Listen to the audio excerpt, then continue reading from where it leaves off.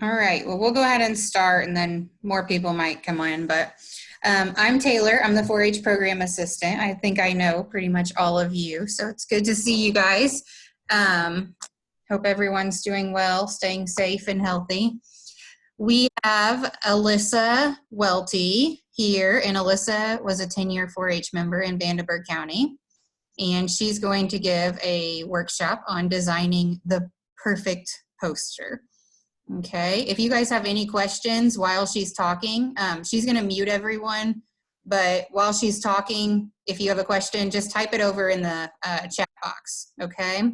And she's been having a little bit of issue with her internet. So just in case her internet would go out, which we don't think it will, but just in case, can everyone type an email address over in the chat so that I know how to get you a recording of her workshop?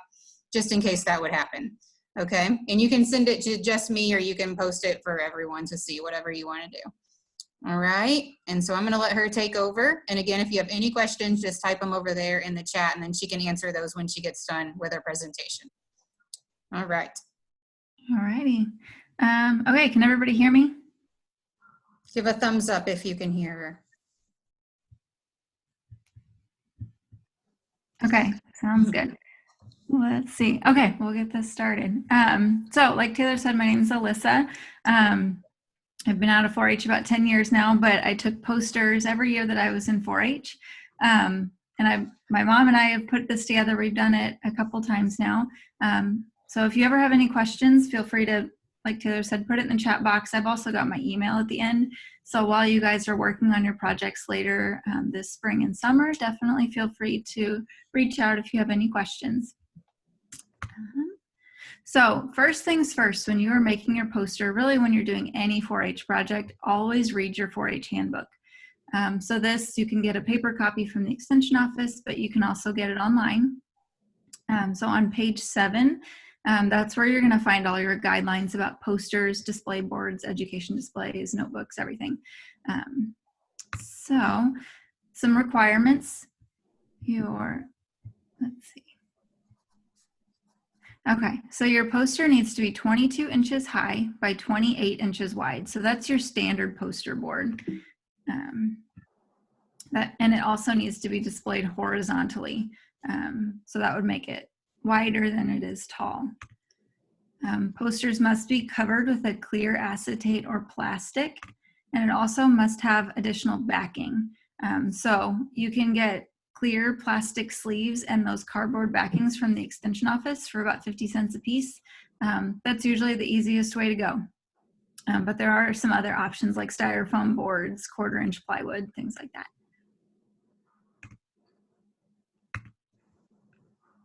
Okay, other requirements. You have to have an identification label. So that is 1.5 inches high by 2 inches wide, and it must go in the lower right-hand corner of your poster underneath the plastic. So that way we know exactly whose poster it is. On that, it must say your name, your grade, and your county. And then in addition to that tag, you also get a fair entry tag. This comes from your club leaders. That will also go in the lower right-hand corner of your poster, but that goes on top of the plastic. So that tag's about 5.5 inches tall by 3 inches wide. It's a little bit bigger, and there is no penalty if this covers up a little information on your poster. The judges can lift it up and see what's underneath, so don't worry about that. Okay, and then most importantly, your poster needs to tell a story. So that's what we're really going to focus on today, how to make the best poster to tell your story.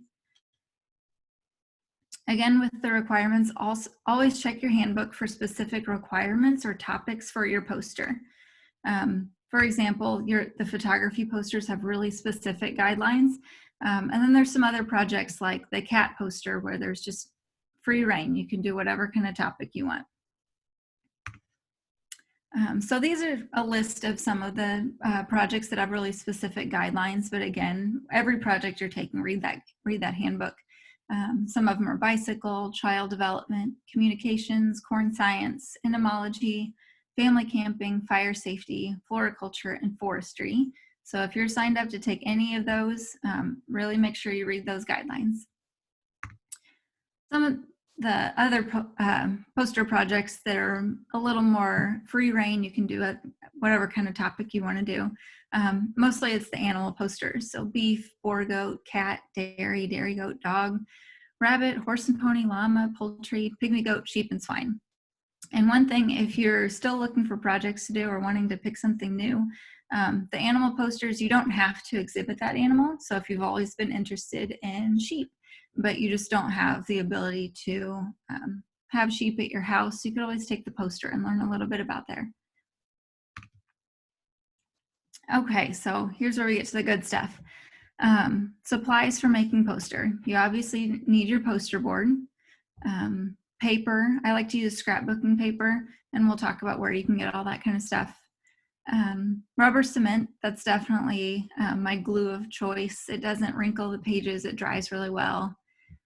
You need a computer and printer. We'll talk more about how to make your poster neat, but typing your information is really going to be the best option.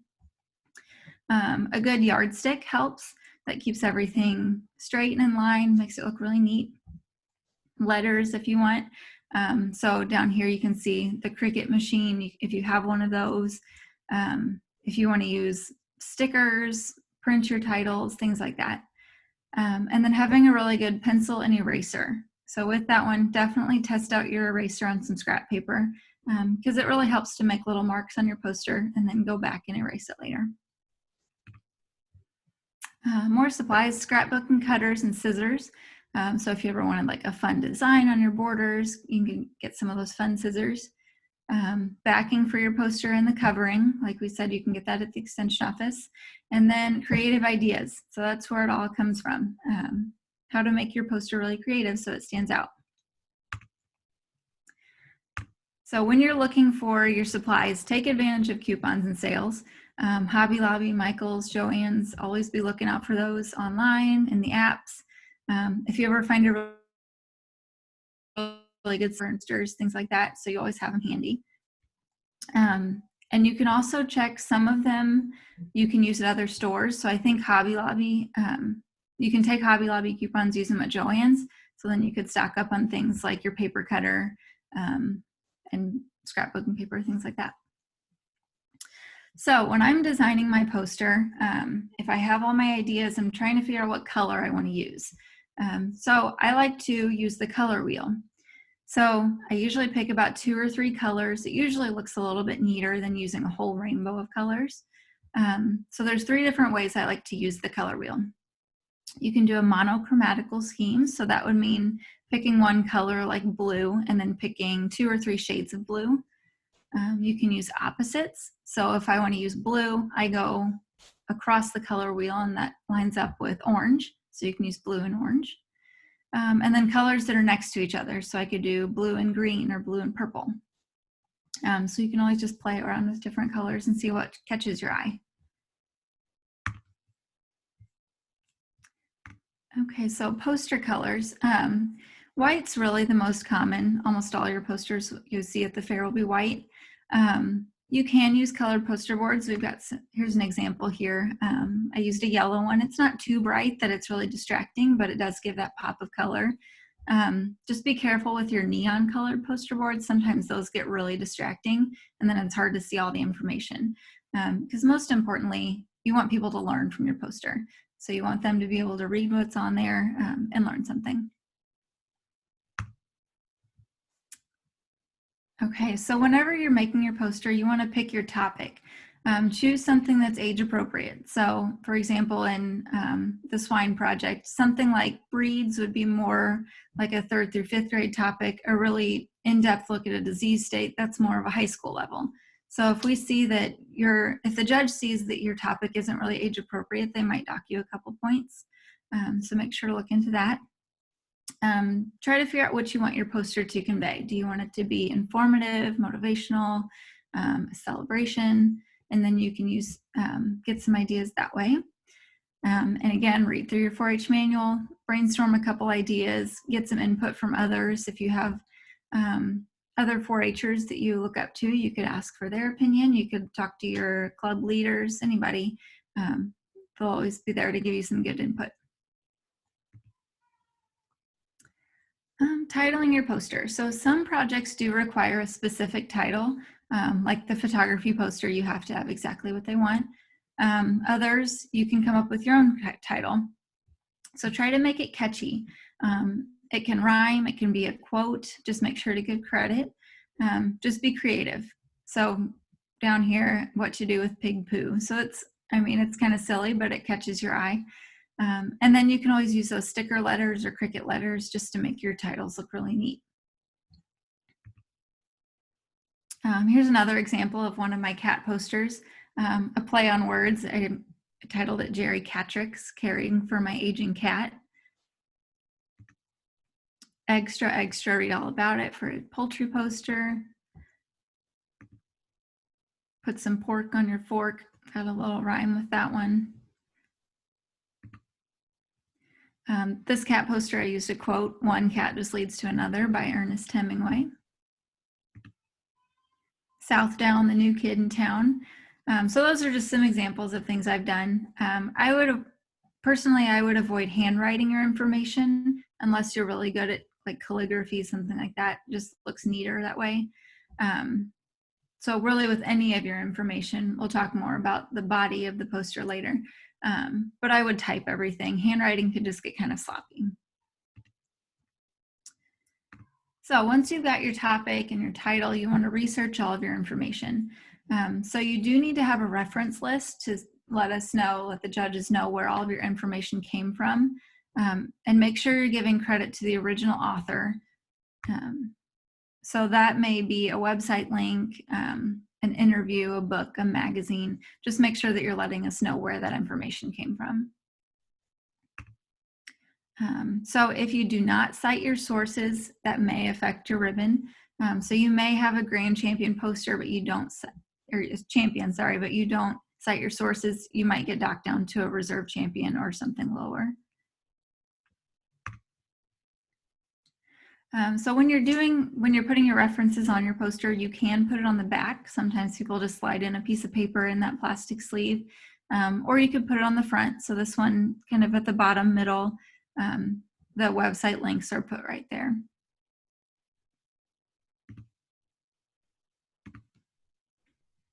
Okay, so whenever you're putting your information on the poster, I would recommend using bullet points. So you have to think when your poster is being exhibited at the fair, maybe somebody is looking at your poster, looking into the champion circle. They're not going to be able to get really close. So they need to be able to read your information from far away. So you want big letters and you want things that are easy and short to read. So bullet points are a lot easier to read than a paragraph.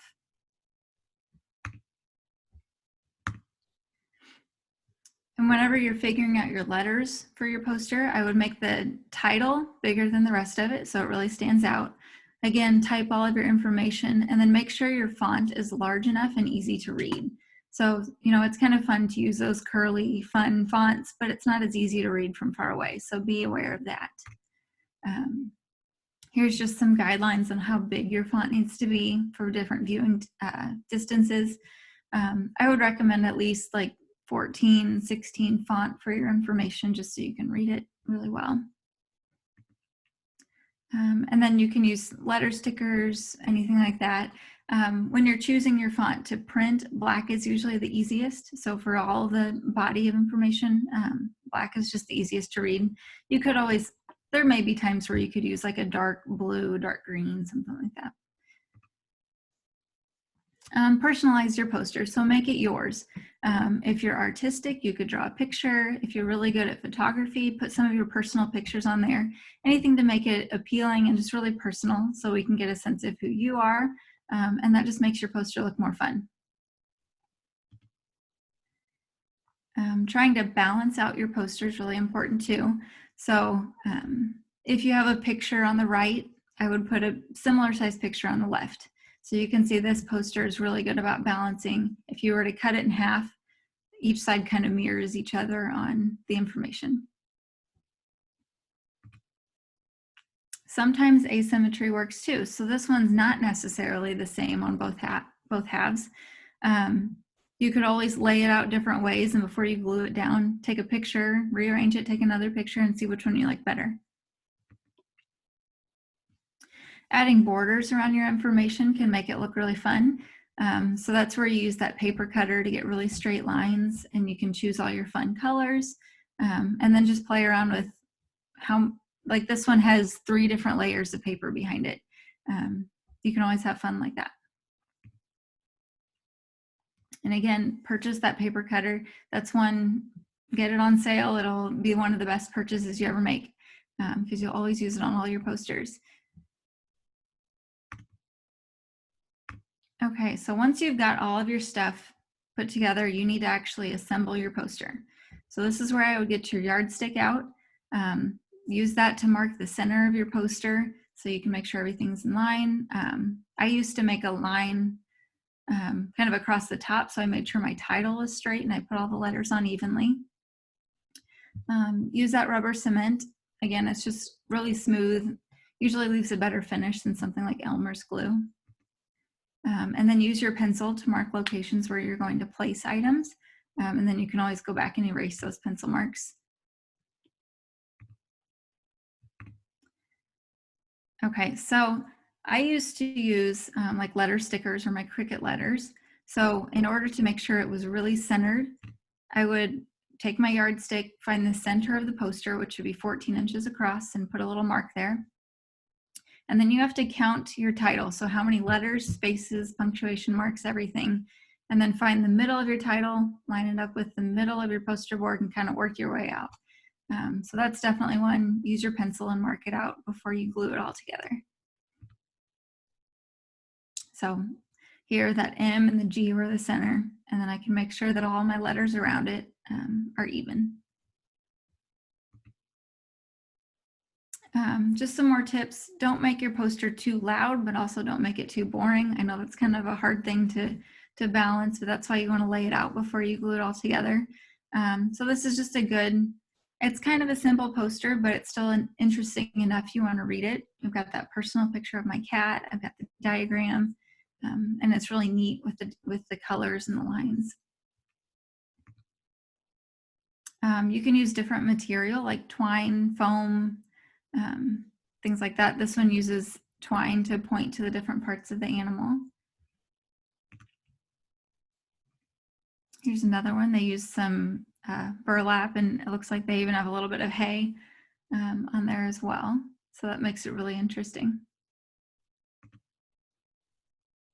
Sometimes simple is better. Sometimes we see a lot of posters at the fair that are just really busy, and that makes it hard to focus on all the information. So try to not put too much clutter on your poster.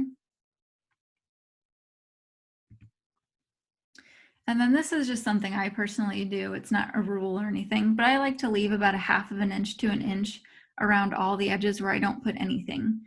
Sometimes when things go all the way to the edge, it just looks a little sloppier and unfinished. And definitely be original. So it's okay to go to the fair and look up some ideas for things you want to do next year. I put this picture on there because this is one of my poultry posters that I got champion at the Vanderburgh County Fair, took it to the state fair and got a special merit, which is like their champion. The next year I was at the state fair and I saw the same poster. So I thought, that was my poster last year. What's it doing here this year? And I realized that somebody else had made the exact same poster that I made the year before. So I was hurt by that. I mean, I guess it was nice they liked it enough to copy it, but I put a lot of hard work into that poster and then they just copied it. So make sure you don't do that. But like I said, it's always okay to get ideas. Just make sure that you make them your own. And then finishing touches. So when you've got your poster all put together, just go back and think through these questions. Have you fulfilled your project requirements? Is everything spelled correctly? Are all of your pencil marks erased? Is everything glued down securely? Is excess glue removed? Is the label in the lower right-hand corner? And then do you have your plastic covering on? And this is just a tip. Once you have your poster glued together, I would wait a full 24 hours before you put that plastic sleeve on. Sometimes it can kind of bubble up. So that'll make it look neater. And then in general, making posters is a great way to learn about different topics. So, if you're really interested in something, take the project and make the poster. You're going to learn a lot about it, and then you'll be able to teach others about it. It's a really great way to use your creative skills. And then you could always take these posters and use them at 4-H meetings that teach others. Maybe there's a time you could take it into school and teach others about your project. Here's just some examples of things I've made at work. Now that I'm out of 4-H, I'm still using my poster skills. We've had a lot of educational fairs. I work at a hospital. So this is one of my college school projects. Another one from work. So this is definitely a life skill you can take with you. It's funny how something as simple as making a poster really can take you pretty far in life. I've gotten a lot of compliments on these things at work. Okay, any questions?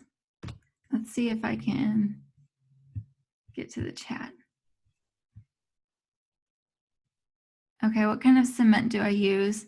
I think I just have I gotta think. It might be Elmer's brand, but it's rubber. Yeah. I looked it up on Google. I can't share my screen because yours is up there, but it's the Elmer's brand. Austin, is that what you used?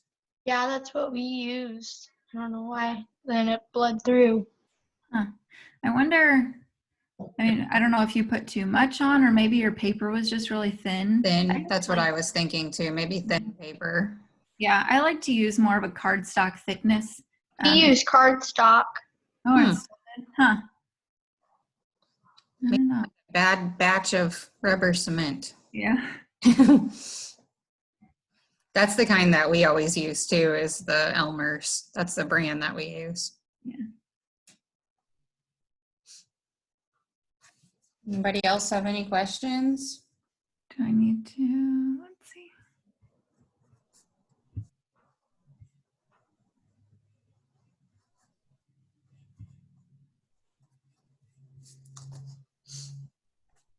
Has anybody picked up a new project since you've been home on all this time? Something that you weren't planning to do, but maybe you decided to now? I see one hand. Can you unmute yourself and tell us what you're going to do? Or maybe can you unmute her, Alyssa? Oh, do I have to do that? Yeah. Oh, there she goes. Okay. What project are you doing that you weren't planning to do? A lot of them. A lot of them? Okay, good. Oh. Involve posters. Yeah, unlike animal posters. Good. Cool. Austin, I saw you raise your hand too. What about you?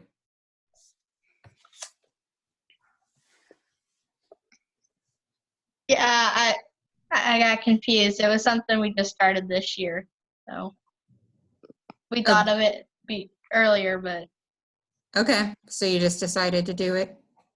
Mm-hmm. Okay, good. Okay. Anybody else? Oh, a question, yay.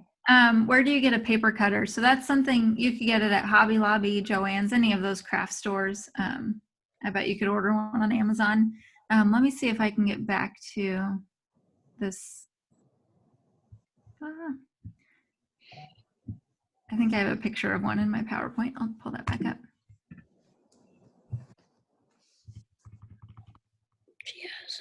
Well, I don't know. It's a cricket. It's Chris.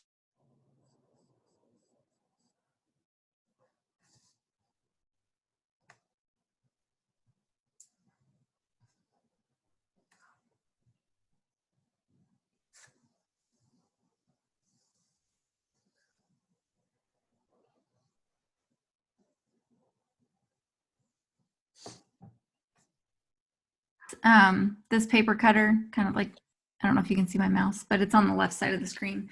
Those, Okay.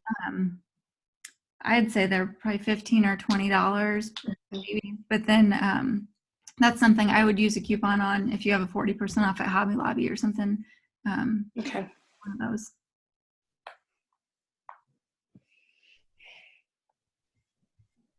I see Mrs. Okay. Hopkins use those. Miss Hopkins is Yeah, okay. yeah, Miss Hopkins, my art Okay. teacher, has those scissors. Okay, I can look up and find them. That's fine.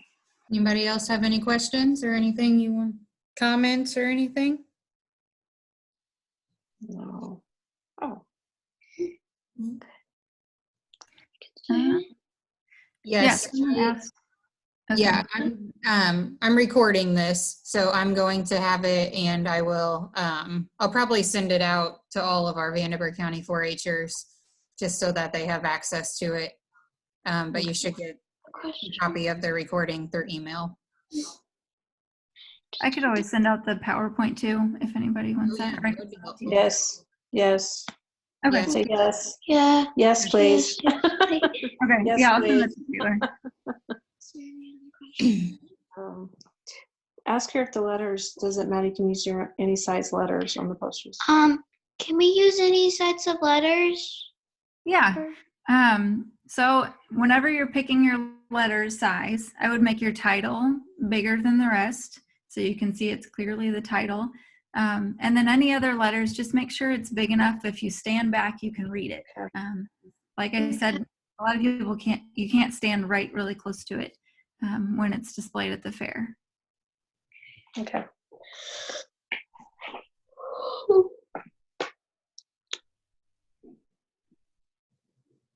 Anything else?